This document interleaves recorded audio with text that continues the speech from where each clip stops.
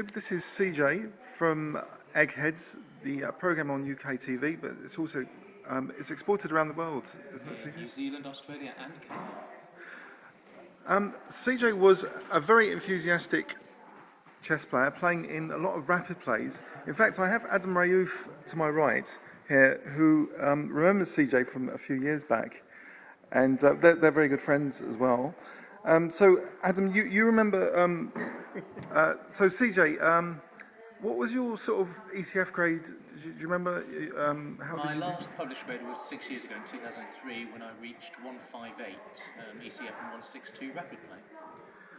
And so, your opening knowledge, do you think it was particularly good to have a good memory for openings in chess? Yeah, I mean, I've always had a good memory, and I think it was my opening play specifically that really helped me. I used to do a lot of work on my openings and had a very narrow opening repertoire, but I knew it very, very deeply.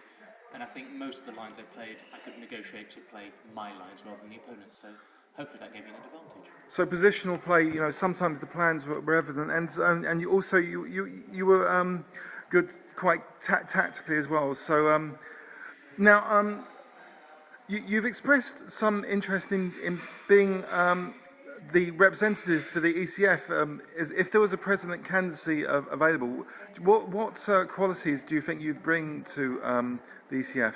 I think one of the problems, especially with the ECF at the moment, is lack of recognition. A lot of people don't know what it does, have problems accessing the material, and just generally there isn't enough publicity. I think one of the things we need to do is get someone in the ECF who can spread a larger message, get more people interested, maybe bring in a few people from the outside. A few years ago when Steve Davis was the president, I think that helped a lot of people. There was name recognition there, and that brought people in, got people interested, and got a lot of publicity. I think that's one of the things we need to do now, and take it forward to the next level. Now that we've got the ECF rather than the BCF, start to bring in people who can relate to the business itself, and so they can understand what it's doing, put the name out there so we can bring more people in. Yes, I mean, when Steve Davis was representative, that was a great name to have, and I think it would be great, to have that intellectual connection that you could bring with the Eggheads program. Adam, feel free to step in with any questions, because this is an on-the-fly interview, and CJ, not really. you entered an awful lot of Golden Screen Rapid Plays. Yeah. My tournament. Any fond memories? After all these years, my overriding memory is that entering it 31 times, I never took outright first place. Amazing. That's the one thing that really bugs me about that. What's After your all these overall years. score? I What statistics? think I played in both the minor and the major, and I was second and outright second on 7 or 8 occasions, and I was joint first 13 or 14 times. So I was either first or second about 65-70% of the time, and I was never outright first. It's not a bad score, though. It's not bad, but it really grates with me after all these years that you managed to fix it every time, and I was never outright first. Not that I hold a grudge or anything. What was your last published Rapid Play grade? Last published rapid play grade was 162. And did you never have ambitions to push on beyond that? Because I'm sure you could have. Yeah, I mean, got that was right at the end of my serious playing career, and I think before that I was 157, 158, and I think it was just my results in the last year that pushed me over the 160 barrier. I think if I wanted to continue, I would have to be playing in opens all the time, and I think that might have been beyond my capabilities unless I was prepared to put in a lot more study and a lot more work. And to be perfectly honest, I think I'd taken chess as far as I could to play it seriously and play it competitively and be competitive and keep up with the results. Having said that, you still play chess now. I mean, you played recently some games in the 4NCL, I think, the British League. I've played a total of 7 games in the last 6 years. 3 games in the 4NCL and basically just filling in tournaments when they needed a buy somewhere. But playing properly, consistently and entering tournaments really doesn't appeal anymore, because I've got other things to do, I've got other things to occupy me, and frankly I can't be bothered with the work. What do you think could really give a boost to British chess? Do you think chess should be on TV? Are there any ways we could get chess back on TV? Because we used to have Raymond Keane with sort of late night shows, and we had like the Master Game, which was sort of post commentary. I wonder myself about live commentary games like Blitz. Do you think that would go down well on TV? Or The problem is with all aspects of chess and live commentary is the timescale. That you can't do live commentary for long play games because it simply takes too long. You've got 20 minutes between a move sometimes. You just need to fill that with waffle. Exactly the opposite is the problem for blitz chess. It just moves too fast. You can't possibly do any sort of genuine or informative commentary on that scale. The problem is, I mean, I'd love to see chess on TV, but the problem is how to make it viewer friendly. With the 1993 Kasparov short match, which I thought was a watershed, Channel 4 devoted a lot of time to trying to make that work. I just don't think it did very well. They couldn't do live broadcasts, but they did commentary after the games, half an hour analysis programs. yes, They just didn't work very well. And I think this is the problem if you're going to do anything live or anything analytical for live chess tournaments or games.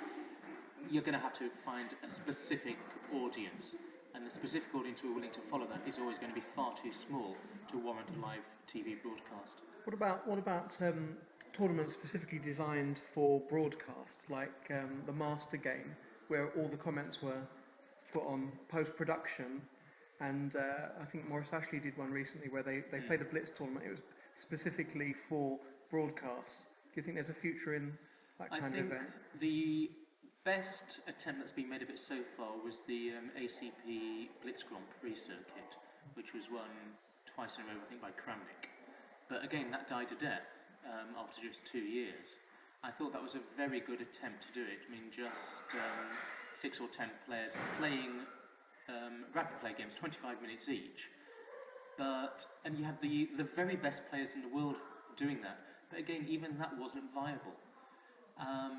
The master game idea is fine, but it's not really suitable for anybody who doesn't follow chess. It's not going to bring anybody in. You already need to be committed to watching it before you actually get into something like that.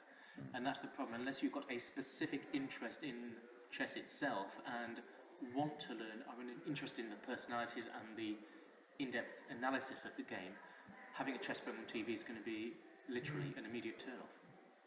yeah. The ECF were lucky though to have this plastics company.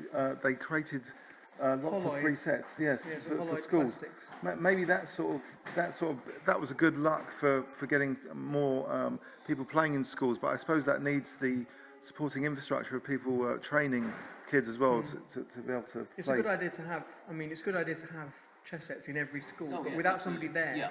to teach kids and take it further, you know, it's a little bit of a dead end. I think it needs to be coordinated between the ECF and the manufacturers of chess sets.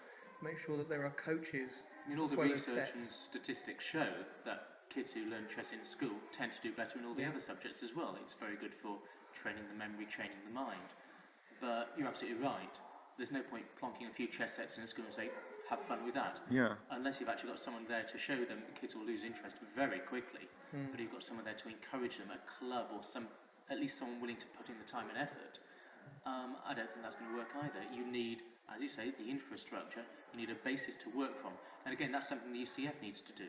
You need to go into the schools, maybe not literally, but at least contact them, say, this is what we offer. If there are any services here that are of use to you, come and see us. You can't rely on the children or the schools to contact you personally. You've got to go out, put the message out, and make sure they know that you're there. Are there junior quiz leagues? No. That might be Simply because the interesting. quiz leagues tend to be at the very highest level. Yeah. And there are some younger players, but generally mid-20s is the very youngest who'll come in and hope to be any good. That's interesting because in America they have spelling bees, the Yeah. competitions for young people, and recently they made a film out of that. Yeah. I'd be surprised if the Americans didn't have junior quiz leagues. Yeah, I mean, the Americans just aren't into quizzes particularly. Right. They have a few quiz shows on TV, but they're more from the entertainment value rather than quiz. The spelling bees are taken immensely seriously out there, but again, there's always the suspicion that's actually pushing parents, forcing the kids in, because most of the kids I've seen are having an absolutely miserable time. They're learning all these obscure words, having to learn the definitions as well. And they're under tremendous pressure because the spelling bee circuit is very lucrative in America. So the kids are under a lot of pressure there. And that's something I think has possibly been a problem with chess in the past. It maybe has suffered from the image of the